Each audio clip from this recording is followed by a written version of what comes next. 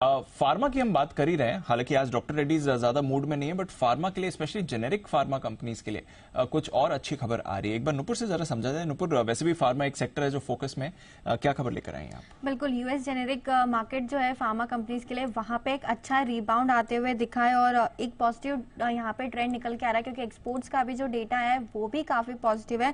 साथ ही साथ industry level पे देखें तो पिछले साल सिर्फ 9% की ग्रोथ हुई थी यूएस सेल्स में, इंडस्ट्री लेवल की बात करूं। लेकिन अब आने वाले 2 सालों में कहा जा रहा है कि यूएस जेनेरिक सेल्स जो है वो करीबन 13% की ग्रोथ आ सकती है। इनफैक्ट जो अप्रूवल्स आते हैं एनडीए की तरफ से प्रोडक्ट्स को लेके, चाहे वो टैबलेट्स हो या फिर जो इनहेलर्स होते हैं, वहां पर भी एक जंप दिखाई दे रहा है। पिछले कुछ समय में हमने देखा है कि जो नए टैबलेट्स और कैप्सूल्स और इनहेलर्स है उनमें भी फटाफट यूएस एफडीए की तरफ से मंजूरी आती हुई नजर आ रही है। जो नए टैबलेट और कैप्सूल्स है वो हाईएस्ट लेवल पे देखे गए कि वहां पे मंजूरी आती हुई दिखी है यूएस एफडीए की तरफ से। इंजेक्टेबल प्रोडक्ट्स की भी बात करें तो अप्रूवल एनुअल बेसिस पे 100 पर आता हुआ स्टडी नजर आ रहा है, तो ये भी पॉजिटिव न्यूज है कंपनीज के लिए।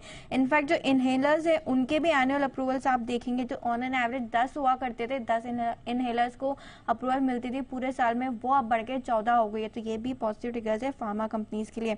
यूएस एफडीए इंस्पेक्शन हमेशा एक ओवरहैंग रहता है कंपनीज पर, क्योंकि जब भी इंस्पेक्शन होते हैं तो ऑब्जर्वेशन की चिंता बनी रहती है। लेकिन इन सारी फार्मा कंपनीज ने पिछले अनुभव से जो मैन्युफैक्चरिंग प्रैक्टिस है उसमें सुधार किया है, उसके चलते जो ऑब्जर्वेशन आ रहे हैं वो कम आ रहे हैं और बिल्कुल जीरो के बराबर आ रहे हैं, जिसके चलते अगर जांचें बढ़ती भी है तो भी इतना खतरा ऑब्जर्वेशन को लेकर नहीं होगा।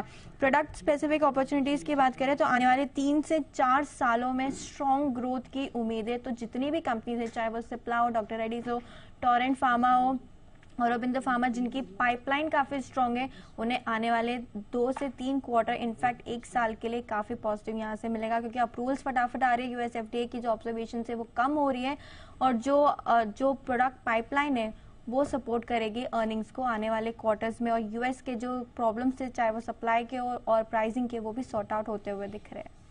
तो ओवरऑल अच्छी खबर है फार्मा सेक्टर के लिए। ओके, तो रखिए नजर जेनेरिक कंपनीज के लिए, स्पेशली आपको यहाँ पर पॉजिटिव एक्शन बनते हुए दिख रहा है। चलिए, फार्मा पर है हमारी नजर, यहाँ पर मूव बन रही है।